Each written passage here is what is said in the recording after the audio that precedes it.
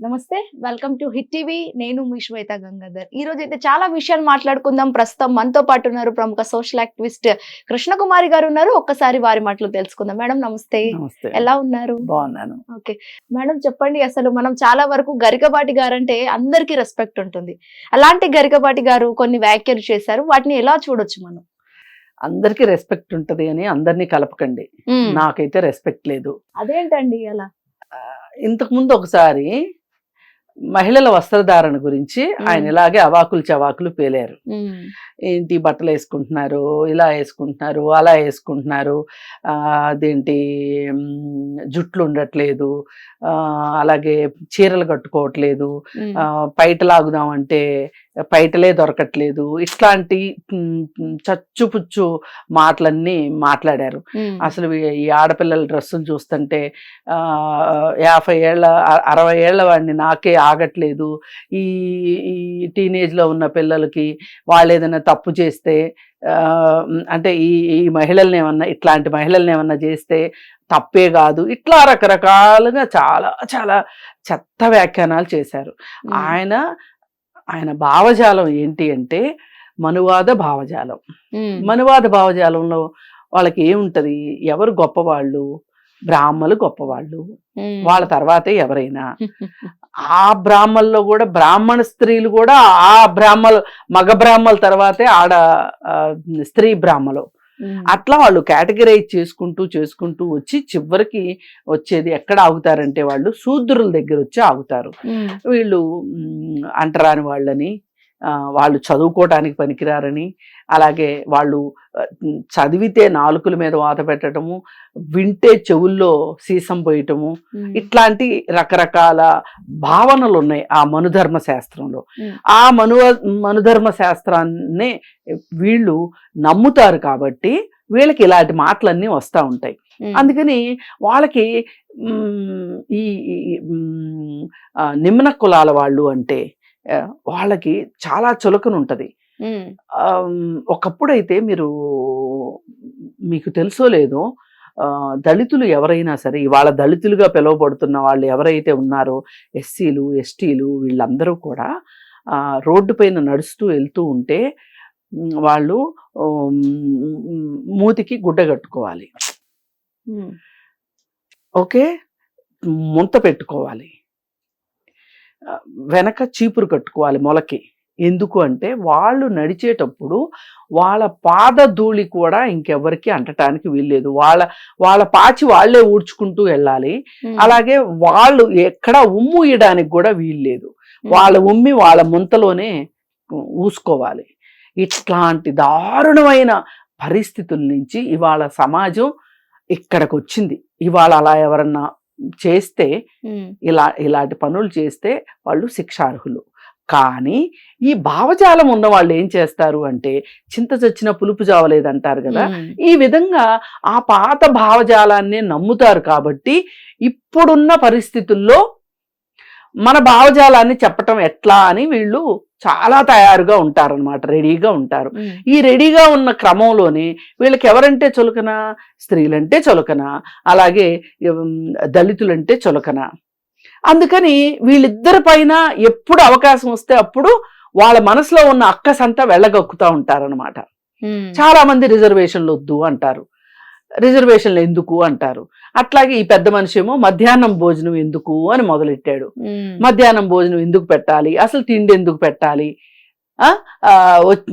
తిండి కోసం స్కూల్కి వస్తున్నారా, గుడ్డు కోసం స్కూల్కి వస్తున్నారా, దేనికోసం వస్తున్నారు, అసలు అన్నంలో గుడ్డు పెట్టడం ఏంటండి, గాడిద గుడ్డు ఏంటండి, ఇలాంటి చెత్త మాటలన్నీ మాట్లాడాడు. ఇట్లాంటి వాళ్ళకి ఏంటంటే ఒక్కటి ఈ బ్రాహ్మణులు క్రియేట్ చేసిన, అంటే అందరు బ్రాహ్మణులు కాదు, ఇలాంటివి క్రియేట్ చేసిన బ్రాహ్మణులు ఎవరైనా సరే, వాళ్ళు ఎంతటి వాళ్ళైనా సరే, వీళ్ళు దేవుడు, దెయ్యము ఇలాంటి కాన్సెప్ట్లన్నీ ప్రవేశపెట్టారు కదా వీళ్ళే. అయితే దెయ్యం పట్టినప్పుడు ఏం చేస్తారు, చింతపరికలతో కొడతారు కదా. ఇట్లాంటి వాళ్ళకి ఈయనకి చింతపరికలతోటి దేహశుద్ధి చేస్తే తప్పితే నువ్వు ఇట్లాంటివి మాట్లాడతావా అనేదాకా చింతపరికలతోటి ఈయనకి దేహశుద్ధి చేస్తే గాని ఈయన బుర్రలో ఉన్న జబ్బంతా బూజంతా పడదనమాట. కింద. అసలు నీకు ఎవరిచ్చారు ఈ హక్కు? పేద పిల్లలకి స్కూల్లో తిండి పెట్టే విషయం గురించి అసలు నువ్వెవడివి మాట్లాడడానికి? రైట్. నువ్వెందుకు మాట్లాడతావు? ఒకప్పుడు 1975లో ICDS అని ఒక ప్రోగ్రామ్ ఉంది, ఇంటిగ్రేటెడ్ చైల్డ్ డెవలప్మెంట్ స్కీమ్ అని చెప్పి ఉంది. అయితే అదేంటి, ఆ స్కీము ఇందిరాగాంధీ ప్రవేశపెట్టారు, ICDS స్కీము. దాంట్లో ఏంటి అంటే ఈ పేదరికం నుంచి వస్తున్న కుటుంబాల పిల్లల్ని మనము డెవలప్ చేయాలి. ఆ పిల్లలకి పౌష్టికాహారం లేదు. ఈ పౌష్టికాహారం లేకపోవటం వల్ల వాళ్ళు బలంగా ఉండలేకపోతున్నారు. అలాగే పేదరికం వల్ల వాళ్ళు పిల్లలకి తల్లిదండ్రులు తిండి సరిగా పెట్టలేకపోతున్నారు అని చెప్పి అంగన్వాడీ అనే ఒక కాన్సెప్ట్ వచ్చిందే అప్పుడు. ఇప్పుడు ఈ అంగన్వాడీ అనేది, దీంట్లో ఈ అంగన్వాడీలో చిన్న పిల్లలకి తిండి పెడతారు అంగన్వాడీలో. ఇప్పుడు గర్భిణీ స్త్రీలకి గుడ్లు ఇస్తారు.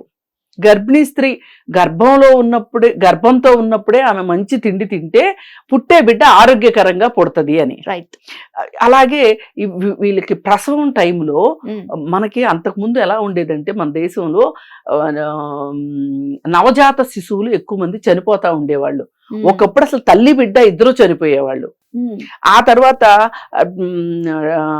టెట్నస్ ఇంజెక్షన్, మనకి గుర్రపు వాతం రాకోకుండా ఒక ఇంజెక్షన్ వచ్చింది. అది 7th month లోనో ఏమో చేస్తారు మహిళలకి, if I am right or wrong. దానివల్ల ఏమవుతుంది అంటే ప్రసవం టైంలో వాళ్ళకి ఆ గుర్రపు వాతం వచ్చి చనిపోయేవాళ్ళు. ఒక్కొక్కసారి తల్లి బిడ్డ చనిపోయేవాళ్ళు, ఒక్కొక్కసారి తల్లి చనిపోయేది. దానికి ఆ ఇంజెక్షన్ ఇప్పుడు ప్రతి గర్భిణీకి ఆ ఇంజెక్షన్ వేస్తారు. అందుకే ఇప్పుడు ఈ గుర్రపు వాతం తోటి మహిళలు ఎవరూ చనిపోవట్లేదు. అట్లాగే అధిక రక్తస్రావం వల్ల కూడా చనిపోతున్నారు. అలాగే పుట్టిన నవజాత శిశువులు మాతా శిశు మరణాలు అని ఒకప్పుడు లెక్క ఉండేది. అవన్నీ క్రమేపీ తగ్గినాయి. ఎందుకు తగ్గినాయి అంటే వీళ్ళకి గర్భిణీ స్త్రీలకి మంచిగా తిండి అందించటం కావచ్చు, అట్లాగే పుట్టిన శిశువుకి తిండి అందించే విధంగా, అట్లాగే సంవత్సరం దాటిన తర్వాత వాళ్ళని ఈ అంగన్వాడీ స్కూల్లో తల్లి తీసుకొని వస్తే అక్కడ వాళ్ళకి ఫుడ్ ఉంటుంది. పాల పొడుల దగ్గర నుంచి అలాగే కొన్ని ఇప్పుడు ఒక బియ్యము, కందిపప్పు అట్లాంటివన్నీ రవ్వలాగా చేసి పిండిలాగా చేసి ఇస్తున్నారు. పోషకాహారం, సమీకృత పోషకాహార పథకం అని కూడా ఉంది మన దగ్గర. ఇవన్నీ ఎందుకు చేస్తున్నారు? అసలు వీటన్నిటికి అవసరం ఎవరికి ఉంటది? పేదవాళ్ళకు ఉంటుందా లేకపోతే డబ్బులు ఉన్న వాళ్ళకు ఉంటుందా? పేదవాళ్ళకే కదా. ఇప్పుడు బిలో పావర్టీ లైన్ అని పెట్టాము, దారిద్ర్య రేఖకి దిగువన ఉన్నవాళ్ళు అని ఉన్నది. ఈ దారిద్ర్య రేఖకి దిగువన ఉన్న వాళ్ళు ఇట్లాంటివన్నీ ఉపయోగించుకుంటారు. నువ్వు శుభ్రంగా పప్పు నెయ్యి వేసుకుని తిని ఒళ్ళు బలిసినోడికి నీకైతే ఇవి అవసరం లేదు కదా, నీలాంటి వాళ్ళకైతే ఇవి అవసరం లేదు కదా. అవసరం ఉన్నవాళ్ళు తింటారు. ఇప్పుడు అవసరం ఉన్న వాళ్ళకు పథకాలు పెడితే ఆ పథకాల గురించి నీ ఏడుపు దేనికి? అసలు నీ సబ్జెక్టే కాదు ఇది నన్ను అడిగితే. పైగా నీ సబ్జెక్ట్ కాని దాంట్లో నువ్వు దూరటం ఏంటి? ఇప్పుడు నేను ఇందా నుంచి మీకు పోషకాహారం గురించి చెప్పుకుంటా వచ్చాను. ఈ పోషకాహారం లేమి వల్ల మనకి విటమిన్ డెఫిషియన్సీలు అవి వచ్చి రక్తహీనత వచ్చి మన దేశంలో వరల్డ్ హెల్త్ ఆర్గనైజేషన్ చెప్తున్న దాని ప్రకారం మన భారతదేశంలో ఈ రోజుకి పౌష్టికాహారలేమి ఉంది, రక్తహీనత ఉంది అని చెప్తున్నారు. కొన్ని చోట్ల పిల్లలు ఎదగట్లేదు, మరుగుజ్జుల్లాగా ఉంటున్నారు. ఇలా రకరకాల అవసరాలు ఉన్నాయి మన దేశంలో, పరిస్థితులు అలా ఉన్నాయి. మరి ఈ పరిస్థితుల్లో వాళ్ళ కోసం అని చెప్పి ఒక స్పెషల్ అటెన్షన్ ఇవ్వకపోతే ఎట్లా? అసలు నీ ఇల్లే తీసుకుందాం, గరికపాటి నరసింహారావు ఇల్లే తీసుకుందాం. ఇప్పుడు 5 పిల్లలు ఉన్నారనుకోండి ఆయనకి. 5 పిల్లల్లో ఒక పిల్లవాడు బాగా చదువుకుని బాగా సెటిల్ అయ్యాడు, ఇంకో పిల్లవాడు ఓ మాదిరిగా సెటిల్ అయ్యాడు, ఇంకో 2 అసలు సెటిల్ కాలేదు, ఒకళ్ళకి అనారోగ్యం ఉంది. ఇప్పుడు నువ్వు ఈ అనారోగ్యం ఉన్న పిల్లోడిని పట్టించుకుంటావా పట్టించుకోవా? సరిగా సెటిల్ కాని పిల్లలు ఎవరైతే ఉన్నారో వాళ్ళ గురించి ఒక శ్రద్ధ అయితే నువ్వు పెడతావా లేదా? అట్లాగే ఈ దేశంలో కూడా ఎవరు అవసరంలో ఉన్నారు, ఎవరికి తిండి లేదు, తినటానికి తిండి లేదు, ఉండటానికి ఇల్లు లేదు, కట్టుకోవటానికి బట్టలు లేవు అనేది ఆ జ్ఞానం ఏదైతే ఉందో అది ఉన్న వాళ్ళకి అర్థమవుతుంది. నువ్వు జ్ఞానశూన్యుడివి. ఇప్పుడు అర్థమయ్యేది ఏంటంటే, నీకు తెలిసినవి ఏంటంటే 4 చందోబద్ధంగా మాట్లాడటము, అలాగే కాస్త ఎదురుగా కూర్చున్న వాళ్ళని ఆడియన్స్ని ఒక ప్రపంచంలోకి తీసుకెళ్ళిపోయి నువ్వు సందులు సమాసాలతోటి తెలుగు భాష మీద నీకున్న పట్టుతోటి నీకు మాట్లాడడం మాత్రమే వచ్చు. ఈ మాట్లాడే క్రమంలో ఎంత చెత్త వేస్తున్నావు అనేది నీకు ఆ ఇంగితం లేదు. నీకు దగ్గర ఇంగితమే ఉంటే మేడం ఇక్కడ మీరు ఇంగితం లేదంటారు, ఇహంపరం తెలిసిన ఆయన్ని ఎంతో మంది నమ్ముతారు. మరి నిన్న మీటింగ్ లో కూడా ఈ చెత్త వాగేటప్పుడు చాలా మంది ఈలలు వేశారు, చాలా మంది నవ్వారు, చాలా మంది చప్పట్లు కొట్టారు. మొన్న మనం చూడలేదా అండి, శివాజీ మహిళల వస్త్రధారణ గురించి మాట్లాడేటప్పుడు కూడా చాలా మంది కేరింతలు కొట్టారు. మరి శివాజీ ఒప్పుకున్నాడు నేను మాట్లాడింది తప్పు అని. మరి ఇప్పుడు కేరింతలు కొట్టిన వాళ్ళ సంగతి ఏంటి? అలాగే రేపు పొద్దున గరికపాటి నరసింహారావు ఖచ్చితంగా సారీ చెప్పాల్సిందే, పేద ప్రజానీకానికి సారీ చెప్పాల్సిందే, పేద బాలికలకి ఆయన సారీ చెప్పాల్సిందే. ఆయన సారీ చెప్పినప్పుడు అక్కడ కూర్చున్న వాళ్ళు కూడా సారీ చెప్పినట్టేగా. మీకు ఎందుకంత సంతోషం వస్తుంది? మీరు ఇవాళ ఎంత అవునన్నా కాదన్నా మీ జీవితాల్లో కష్టాలు లేవని నేను అనట్లా. ఎన్ని కష్టాలు ఉన్నప్పటికీ మీకు ఉండటానికి ఒక ఇల్లు ఉంది. అక్కడ దాకా వచ్చే వాళ్ళకి ఉండటానికి ఒక ఇల్లు ఉంటది, చేయటానికి ఒక పని ఉంటది, బ్యాంక్ బ్యాలెన్స్లు ఉంటాయి, రిటైర్ అయిన తర్వాత పెన్షన్లు వస్తాయి, ఉద్యోగాలు చేసేప్పుడు ఆస్తులు వస్తాయి. మళ్ళీ అక్కడికి వచ్చేవాళ్ళు ఏ అవినీతి చేయకోకుండా, లంచాలు తీసుకోకోకుండా, అక్రమార్జన లేకుండా వచ్చిన వాళ్ళు ఎంతమంది ఉన్నారు? గుండెల మీద చేసుకుని చెప్పమనండి. మీరా పసిపిల్లల తిండి గురించి మాట్లాడేది? మీరు పసిపిల్లల తిండి గురించి మాట్లాడి ఆ అవహేళన చేస్తా ఉంటే మాలాంటి వాళ్ళని చూస్తూ ఊరుకోవాలా? ఒక్కరంటే ఒక్కడ ఆ మీటింగ్కి వచ్చిన వాళ్ళని చెప్తున్నానండి, గుండెల మీద చేసుకుని చెప్పండి. ఎవడైనా సరే ముందుకొచ్చి నేను నా కష్టార్జితంతో, నా చెమటతోటి, నా మాంసం రక్త మాంసాలు దారబోసి నేను ఆస్తులు సంపాదించాను అని కానీ, లేదా ఇంకోటి కానీ చెప్పమనండి. చెప్పలేరు. వీళ్ళు ఎంతో మంది పేదవాళ్ళ కష్టం మీద పడి బతుకుతున్న రాబందులు లాంటి వాళ్ళు. మీకు మళ్ళీ వాళ్ళ గురించి మాట్లాడే హక్కు. ఇవన్నీ పరాన్న జీవుల లక్షణాలు. హాయిగా ఇప్పుడు ఒక వేప చెట్టు ఉంటుంది, ఆ వేప చెట్టుకి వేర్లలో నుంచి బలం తీసుకొచ్చుకొని చెట్టు అంతా ఉంటే ఆ చెట్టు కొమ్మకి ఒక చోట ఒక పరాన్నజీవి చెట్టు వచ్చేస్తుంది. ఆ పరాన్నజీవి చెట్టు పని ఏంటి? దానికి కింద నుంచి వేళ్ళు లేవు, ఆహారం తీసుకోవట్లేదు, కిరణజేని సంయోగ క్రియ చేయాల్సిన అవసరం లేదు, దానికి ఆహారాన్ని సంపాదించుకోవాల్సిన అవసరం లేదు. కేవలం ఆ కొమ్మలు, ఆ చెట్టు బలంలో నుంచి బలాన్ని లాక్కుని బతుకుతుంది ఆ చెట్టు పువ్వులు పూస్తుంది, కానీ ఆహారాన్ని సంపాదించుకోదు. అలాగే ఇట్లాంటి వాళ్ళు కూడా వీళ్ళు కష్టపడరు, వీళ్ళ చెమట చిందదు,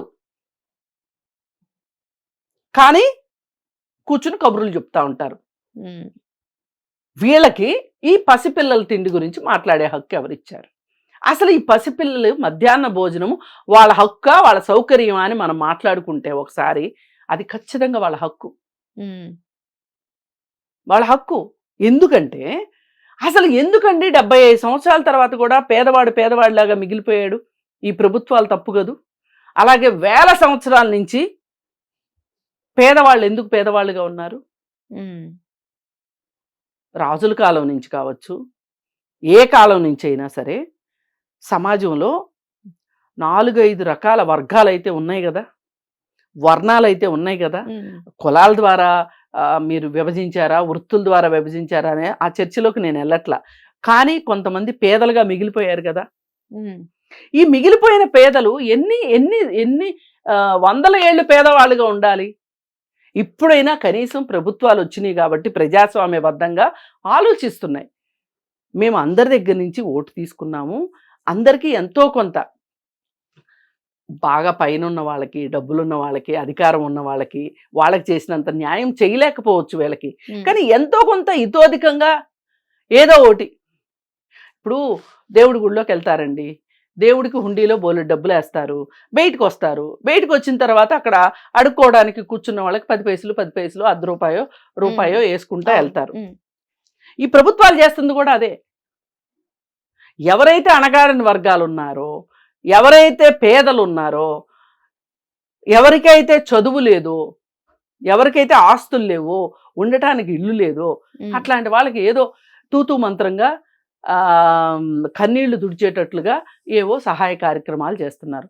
వాటి మీద కూడా పడి మీరు ఏడుస్తూ ఉంటే అసలు నువ్వు స్కూల్కి ఎందుకు వస్తావు? తిండి తినటానికి వస్తావా?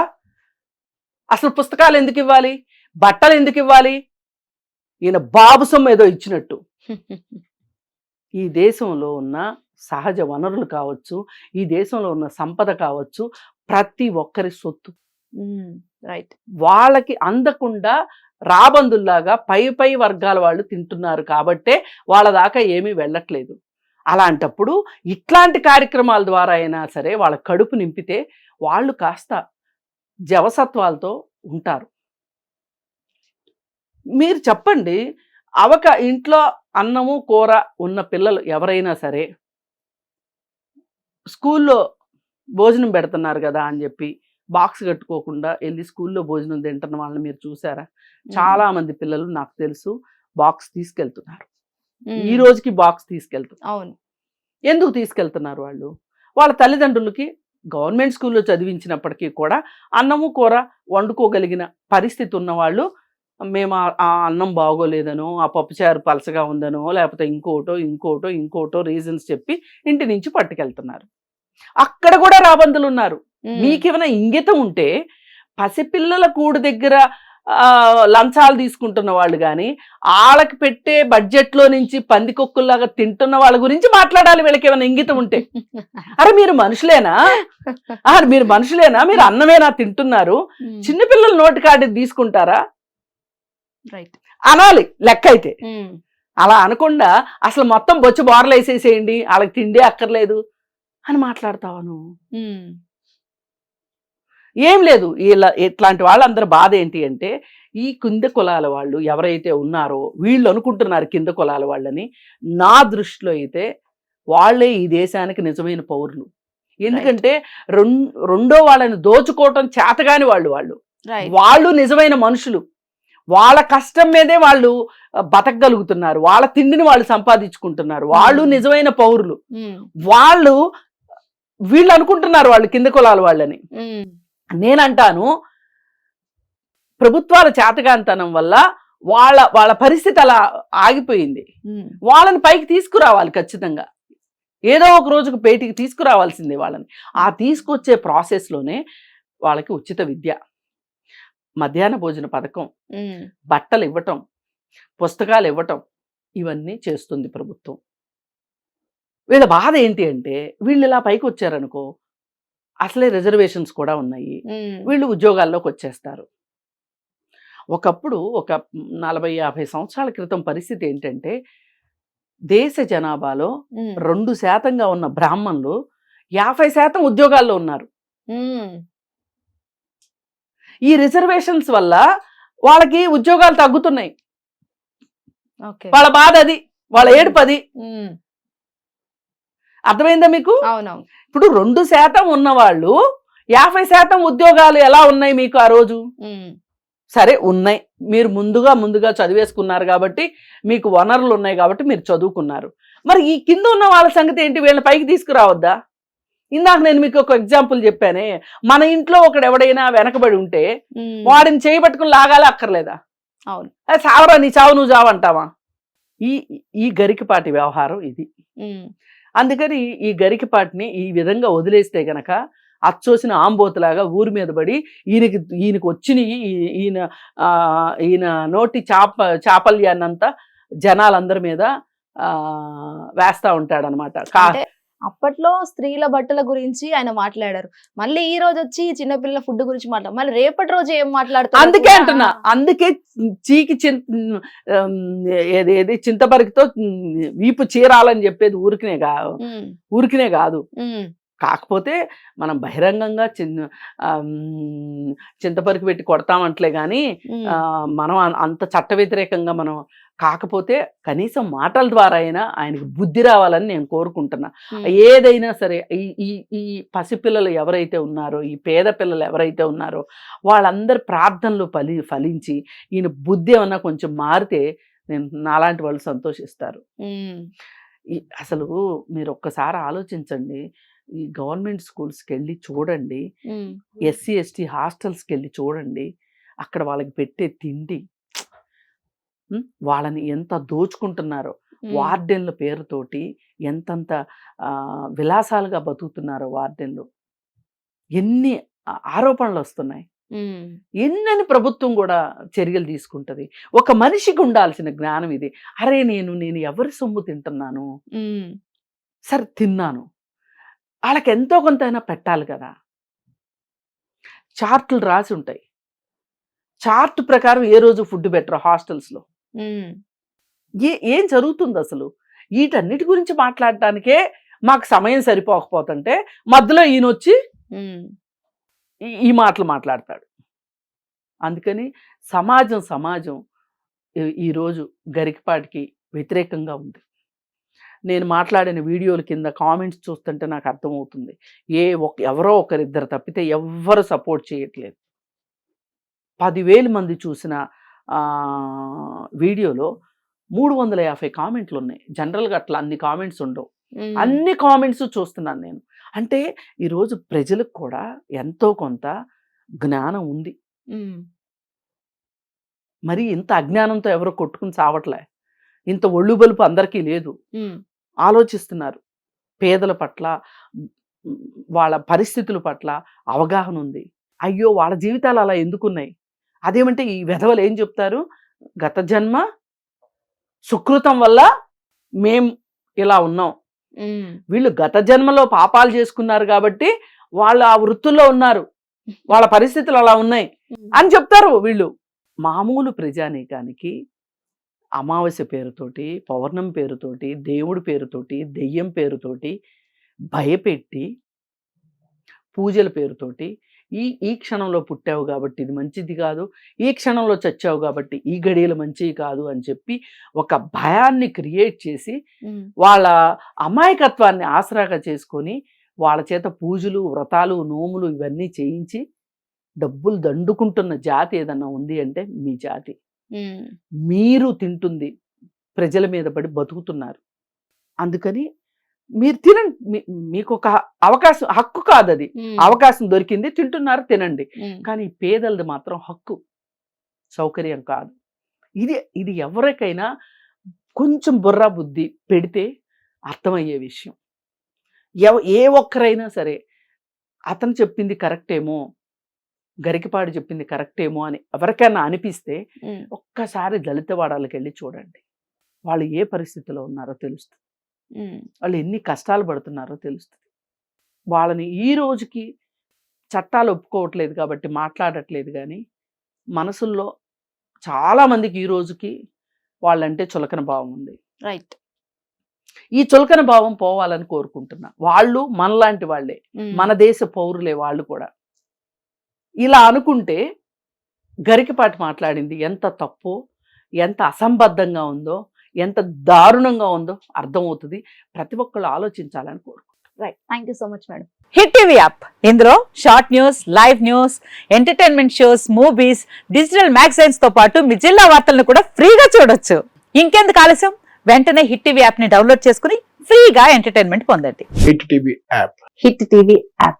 Please download hit TV app. Hit TV app ని ఫ్రీగా డౌన్లోడ్ చేసుకుని ఎంజాయ్ చేయండి. మీకు నచ్చిన ఎంటర్టైన్మెంట్ కోసం హిట్ టీవీ యాప్ ని ఫ్రీగా డౌన్లోడ్ చేసుకుని ఎంజాయ్ చేయండి. హిట్ టీవీ యాప్ ని డౌన్లోడ్ చేసుకుని ఆస్వాదించండి, ఆశీర్వదించండి. ఇంతమంది సెలబ్రిటీలు హిట్ టీవీ యాప్ ని డౌన్లోడ్ చేసుకోండి అని చెప్తున్నారంటే ఎంత మంచి యాప్ ఆలోచించండి. అమెరికా అమెరికాలో చదవాలనుకునే వాళ్ళకి విశ్వసనీయమైన పేరు మన శౌర్య కన్సల్టెన్సీ. UK లో 1 year masters, UK లో 1 year masters, 2 years work permit up to 5 years visa. Contact Saurya Consultancy. Contact 89851 89851.